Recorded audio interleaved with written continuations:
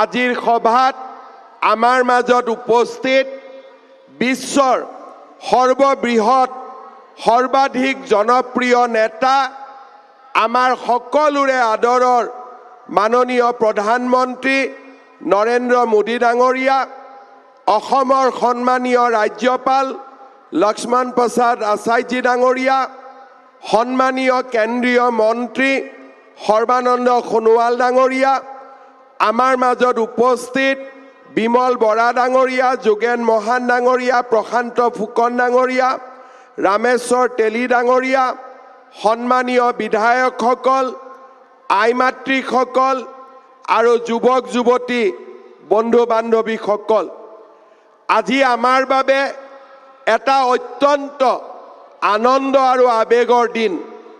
নামৰূপলৈ অহাৰ আগতে মাননীয় প্ৰধানমন্ত্ৰী নৰেন্দ্ৰ মোদী ডাঙৰীয়া গুৱাহাটীৰ বৰাগাঁৱলৈ গৈছিল। অসম আন্দোলনৰ 860 গৰাকী শ্বহীদৰ স্মৃতিত আমি নিৰ্মাণ কৰা শ্বহীদ বেদীলৈ গৈ প্ৰধানমন্ত্ৰী ডাঙৰীয়াই আমাৰ জাতীয় শ্বহীদসকলৰ প্ৰতি শ্ৰদ্ধাঞ্জলি আগবঢ়াইছিলে। ইয়াৰ আগতে ভাৰতৰ কোনো প্ৰধানমন্ত্ৰীয়ে অসম আন্দোলনৰ জাতীয় শ্বহীদসকলক স্বীকৃতি দিয়া নাছিল। আজি আমাৰ বাবে অত্যন্ত গৌৰৱ আৰু আৱেগৰ দিন। মই অসমবাসীৰ হৈ মাননীয় প্ৰধানমন্ত্ৰী নৰেন্দ্ৰ মোদী ডাঙৰীয়াক তেখেতৰ এই বিশাল হৃদয়ৰ বাবে আকৌ এবাৰ অসমবাসী ৰাইজৰ হৈ ধন্যবাদ জনাইছোঁ। আজি আমাৰ বাবে এটা আনন্দৰ দিন। 2021 চনৰ নিৰ্বাচনৰ প্ৰচাৰত মই যেতিয়া ইয়ালৈ আহিছিলোঁ, তৰংগ গগৈ ডাঙৰীয়া আৰু আমাৰ ৰাইজে আমাক এটা কথাই কৈছিলে যে নামৰূপ মৃতপ্ৰায় হৈ গৈছে, নামৰূপক জীৱন্ত কৰিব লাগে, প্ৰাণৱন্ত কৰিব লাগে। নামৰূপৰ সাৰ কাৰখানাৰ 4ৰ্থ ইউনিট আৰম্ভ কৰিব লাগে। প্ৰধানমন্ত্ৰী নৰেন্দ্ৰ মোদী ডাঙৰীয়াক আমি নামৰূপৰ ৰাইজৰ আশা আৰু আকাংক্ষাৰ কথা অৱগত কৰিছিলোঁ আৰু আমি তেখেতক কৈছিলোঁ যে 5 লাখ মেট্ৰিক টনৰ এটা ইউৰিয়া উৎপাদনৰ প্ৰকল্প ভাৰত চৰকাৰে প্ৰস্তুত কৰিছিলে, তাক আপুনি অনুমোদন দিব লাগে। আমি বিচাৰিছিলোঁ 5 লাখ মেট্ৰিক টনৰ, আৰু প্ৰধানমন্ত্ৰী ডাঙৰীয়াই আজি ভূমি পূজন কৰিব 12 লাখ মেট্ৰিক টনৰ ইউৰিয়া কোম্পানী। 10,000 কোটি টকা ইয়াতে ব্যয় কৰা হ'ব। প্ৰধানমন্ত্ৰী ডাঙৰীয়াই আমাক সুযোগ দিছিলে। প্ৰধানমন্ত্ৰী ডাঙৰীয়াই বিশ্বাস কৰে যে অসমৰ তেল, অসমৰ গেছ আৰু অসমৰ প্ৰাকৃতিক সম্পদৰ ওপৰত আমাৰ অসমৰ ৰাইজৰ অধিকাৰ আছে, আৰু সেয়েহে আজি ইয়াত আৰম্ভ কৰা সাৰ কাৰখানাই হওক, নুমলীগড় শোধনাগাৰেই হওক, ৰাজ্য চৰকাৰ আৰু ৰাজ্যৰ জনগণৰ ইয়াতে অংশীদাৰিত্বৰ প্ৰধানমন্ত্ৰী ডাঙৰীয়াই আমাক সুযোগ আৰু সুবিধা দিছে। শ্ৰদ্ধা ৰাইজ, যোৱা কেইটামান দিনত আমাৰ ৰাজ্যখনৰ বাবে কেইবাটাও প্ৰকল্প প্ৰধানমন্ত্ৰী ডাঙৰীয়াই আমাক উপহাৰ দিছে। ডিগবৈ শোধনাগাৰ আমাক 1 মেট্ৰিক টন ক্ৰুড যাতে আমি শোধন কৰিব পাৰোঁ, 760 কোটি টকাৰে নতুন প্ৰকল্পৰ অনুমোদন দিছে। নামৰূপত সাৰ কাৰখানাৰ বাবে 10,000 কোটি টকাৰ অনুমোদন দিছে। নুমলীগড় ৰিফাইনেৰীক আজি বাঁহৰ পৰা ইথানেল, পলিপ্ৰপেলিন আৰু 9 মেট্ৰিক টনলৈকে আজি উন্নত কৰিবৰ বাবে প্ৰায় 40,000 কোটি টকা প্ৰধানমন্ত্ৰী ডাঙৰীয়াই অনুমোদন দিছে। জাগিৰোডত ছেমি কণ্ডাক্টৰ, গুৱাহাটীত বিমানবন্দৰ আৰু ধুবুৰীত থাৰ্মেল পাৱাৰ প্ৰজেক্ট আৰু শিলচৰত নতুন বিমানবন্দৰ, নুমলীগড়ৰ পৰা কলিয়াবৰলৈ কাজিৰঙাৰ ওপৰেদি ৩২ কিলোমিটাৰৰ এলিভেটেড কৰিডৰ, গহপুৰ আৰু গোলাঘাটৰ মাজত ব্ৰহ্মপুত্ৰৰ তলেদি সুৰংগ নিৰ্মাণৰ প্ৰস্তাৱ, ধলা শদিয়া, বগীবিল, গুৱাহাটী, উত্তৰ গুৱাহাটী, কলিয়া ভোমোৰা, ধুবুৰীত ফুলবাৰী আদি ব্ৰহ্মপুত্ৰৰ ওপৰত দলং, জিলাই জিলাই মেডিকেল কলেজ আজি আমাৰ ৰাজ্যখনৰ জীৱনলৈ 2014 চনৰ পিছত মাননীয় প্ৰধানমন্ত্ৰী ডাঙৰীয়াই এক নতুন আশা আৰু নতুন পৰিৱৰ্তনৰ আৰম্ভণি কৰিলে। আমি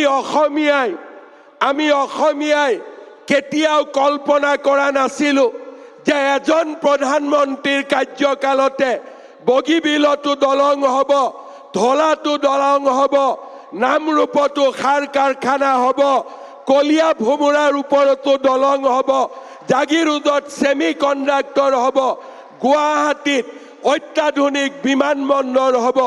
আমি অসমীয়াই কেতিয়াও তাক কল্পনা কৰা নাছিলো। আজি আমাৰ ৰাজ্যখনৰ জনজীৱনলৈ প্ৰধানমন্ত্ৰী ডাঙৰীয়াই ভাবিব নোৱাৰা পৰিৱৰ্তন আনিলে।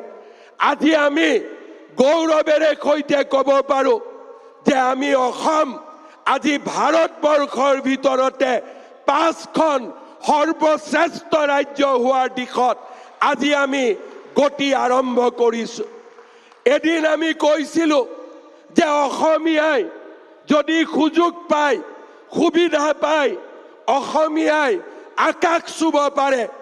আজি প্ৰধানমন্ত্ৰী ডাঙৰীয়াই প্ৰমাণ কৰি দিলে অসমীয়াই আকাশ চুব পাৰে নহয়, অসমীয়াই আকাশ চুবই। আজি প্ৰধানমন্ত্ৰী ডাঙৰীয়াৰ নেতৃত্বত অসমীয়াই আকাশ চুইছে।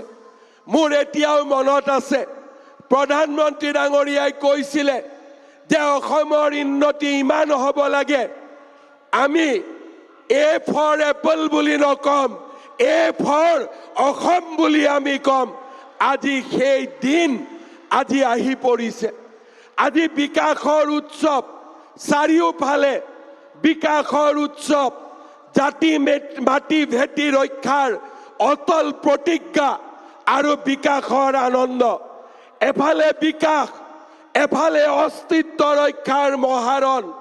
আমি আমাৰ ৰাজ্যখনক ভৱিষ্যত প্ৰজন্মৰ বাবে সুৰক্ষিত কৰাৰ বাবে প্ৰচেষ্টা কৰিছো আৰু তাৰ লগে লগে আমাৰ ৰাজ্যখন ভাৰতৰ ভিতৰতে এখন সৰ্বশ্ৰেষ্ঠ ৰাজ্যলৈ পৰিণত হওক। মোদী ডাঙৰীয়াৰ নেতৃত্বত আমি কাম কৰিছো। শ্ৰদ্ধাৰ ৰাইজ, আমি সঁচাকৈ আনন্দিত। মই কেতিয়াও কল্পনা কৰা নাছিলো যে এজন প্ৰধানমন্ত্ৰী আমি আমাৰ ৰাজ্যৰ পৰা মনমোহন সিঙক ৰাজ্যসভালৈ পঠিয়াইছিলো, প্ৰধানমন্ত্ৰী কৰিছিলো। তেওঁৰ দিনতেই ছেমি কণ্ডাক্টৰ হ'ব পাৰিলেহেঁতেন। তেওঁৰ দিনতেই আজি নামৰূপত সাৰ কাৰখানা হ'ব পাৰিলেহেঁতেন, কিন্তু অসমীয়াই সেই সুযোগ নাপালে। আজি প্ৰধানমন্ত্ৰী ডাঙৰীয়াই আমাৰ আবেগক সন্মান জনাই, আমাৰ বিকাশত সহযোগিতা আগবঢ়াই আৰু অসমীয়া যুৱকে নতুন দিগন্ত চুব, তাৰ বাবে মোদী ডাঙৰীয়াই আমাক সকলো দিশৰ পৰা সহযোগিতা কৰিছে। আমি কৃতজ্ঞ জাতি। মোৰ এতিয়াও মনত আছে অসমীয়া ভাষাক ক্লাছিকেল লেংগুৱেজ কৰাৰ কথা আছিলে। মোদী ডাঙৰীয়াক আমি কৈছিলো যে আমাৰ ভাষা জননী সুৰক্ষিত হ'ব লাগে। মোদী ডাঙৰীয়াই সিদ্ধান্ত লৈছিল যে আমাৰ অসমীয়া ভাষা ধ্ৰুপদী ভাষালৈ ৰূপান্তৰিত হ'ব। মোদী ডাঙৰীয়াক আমি অনুৰোধ কৰিছিলো, প্ৰধানমন্ত্ৰী ডাঙৰীয়া, চৰাইদেউক বিশ্ব ঐতিহ্যৰ স্বীকৃতি দিব লাগে। মোদী ডাঙৰীয়াৰ প্ৰচেষ্টা চৰাইদেউৱে বিশ্ব ঐতিহ্যৰ স্বীকৃতি পালে। মোদী ডাঙৰীয়াক আমি অনুৰোধ কৰিছিলো লাচিত বৰফুকনৰ সুবিশাল প্ৰতিমা আপুনি আমাক দিয়ক। মোদী ডাঙৰীয়াক অনুৰোধ কৰিছিলোঁ আমি যে আমাৰ জাতিটোক সুৰক্ষিত কৰিবৰ বাবে আপুনি আমাক নতুন নতুন প্ৰকল্প দিয়ক, আমাৰ জাতিটোক আগুৱাই লৈ যাবৰ বাবে সুবিধা দিয়ক।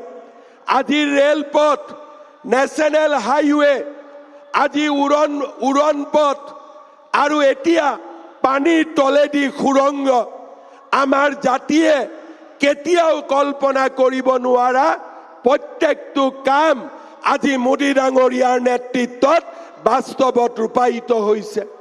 আজি এই নামৰূপৰ পবিত্ৰ ভূমি, য'ত স্বৰ্গদেউ চাওলুং চুকাফাই আহি প্ৰথমতে বাঁহৰ পাতি বৰ অসম নিৰ্মাণৰ প্ৰতিজ্ঞা কৰিছিলে, সেই পবিত্ৰ নামৰূপ টিপামৰ ভূমিত আজি প্ৰধানমন্ত্ৰী ডাঙৰীয়াই অসমৰ বিকাশ আৰু উন্নয়নৰ এক নতুন সপোন আমাক দিবলৈ আহিছে। এয়া আমাৰ জাতিটোৰ বাবে গৌৰৱৰ বিষয়, এয়া অসমীয়াৰ বাবে গৌৰৱৰ বিষয়। মই পুনৰ এবাৰ কৃতজ্ঞ অসমীয়া জাতিৰ হৈ প্ৰধানমন্ত্ৰী ডাঙৰীয়াক ধন্যবাদ আৰু অভিনন্দন জনাইছোঁ।